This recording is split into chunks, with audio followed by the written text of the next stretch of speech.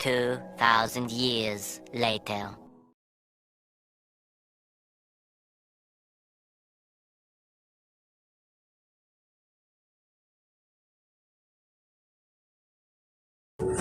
Good morning everyone, কেমন আছো তোমরা সবাই? আশা করছি তোমরা সবাই অনেক ভালো আছো আর সুস্থ আছো, আর আমিও আগের থেকে এখন অনেকটাই ভালো আছি। তো এখন বাজে ভোর 5টা আর আমি বেরিয়ে পড়েছি কলকাতা যাব বলে। কলকাতা যাচ্ছি বাবাকে নিয়ে ডাক্তার দেখাতে, আর উঠেছি প্রায় 4টের সময়। আর তখন তো মোটামুটি ভালোই অন্ধকার ছিল। তো তারপর যখন রাস্তায় বেরিয়েছি মোটামুটি আলো ফুটে গেছে, আর রাস্তাটা দেখো পুরো ফাঁকা নিস্তব্ধ, যেহেতু ভোরবেলা তাই রাস্তায় বেশি লোকজনও ছিল না। তো রাস্তা দিয়ে হেঁটে আস্তে আস্তে চলে এলাম স্টেশনে।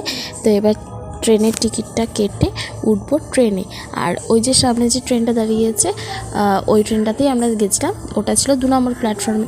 তো দেখো তারপর তোমাদের সাথে কথা বলতে বলতে চলে এলাম 2 নম্বর প্ল্যাটফর্মে। তো এবার এগিয়ে যাচ্ছি, যেহেতু আমি লেডিস কামরায় উঠবো সেই জন্য আমি একটু এগিয়ে যাচ্ছিলাম। তো এই যে কথা বলতে বলতে ট্রেনটাও কিন্তু চলে এসেছে, আর এই ট্রেনটার টাইম ছিল ঠিক 5:35। ট্রেনটা পুরো টাইমেই ঢুকেছে, আর আমরাও কিন্তু ট্রেন আসার প্রায় 10 মিনিট আগে স্টেশনে এসে দাঁড়িয়েছিলাম। তো তারপর ট্রেনটা ঢোকার পর ট্রেনে উঠে আমি তো আগে সবার ফার্স্টে যেটা খুঁজি সেটা হচ্ছে জানলার ধারে সিট। আর দেখো ভোরবেলার ট্রেন বলে মোটামুটি ফাঁকাই ছিল, তো আমি জানলার ধারে সিটও পেয়ে গেছি আর বসেও পড়েছি। আর প্রচণ্ড ঘুম পাচ্ছিলো, প্রচণ্ড, কারণ যেহেতু 4টের সময় উঠেছি সেই জন্য খুব ঘুম পাচ্ছিলো। আর এত সুন্দর হাওয়া দিচ্ছিলো, কারণ তখনও রোদটা অতটাও ওঠেনি, সেই হিসাবে 5:30 বাজে তাই। আর এই যে কথা বলতে বলতে তারকেশ্বর থেকে ট্রেনটা ছেড়েও দিয়েছে।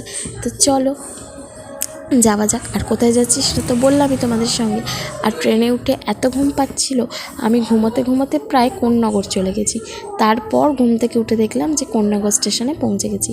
তো যাই হোক, তারপর এখানে হাওড়ায় নেমে বাসে করে চলে এসেছি কলকাতা মেডিকেল কলেজ। এখানেই বাবাকে ডাক্তার দেখাবো, চোখের ডাক্তার, চোখে একটু সমস্যা হচ্ছে তাই।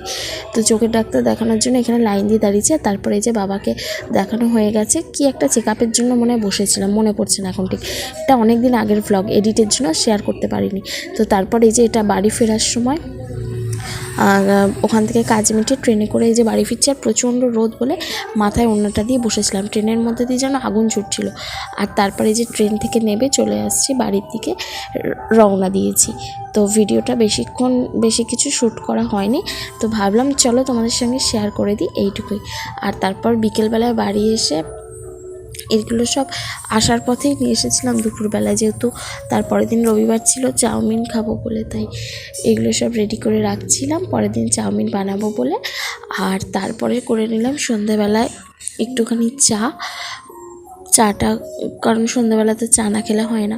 তো তোমাদের ভিডিওটা কেমন লাগলো আশা করি সবাই জানিও, আর চ্যানেলটাকে সাবস্ক্রাইব করে দিও। আজকের মতন ভিডিওটা এই পর্যন্তই, দেখা হচ্ছে আগামীকাল নতুন কোনো ভিডিওর সঙ্গে। ততক্ষণ সবাই সুস্থ থেকো, ভালো থেকো, টাটা।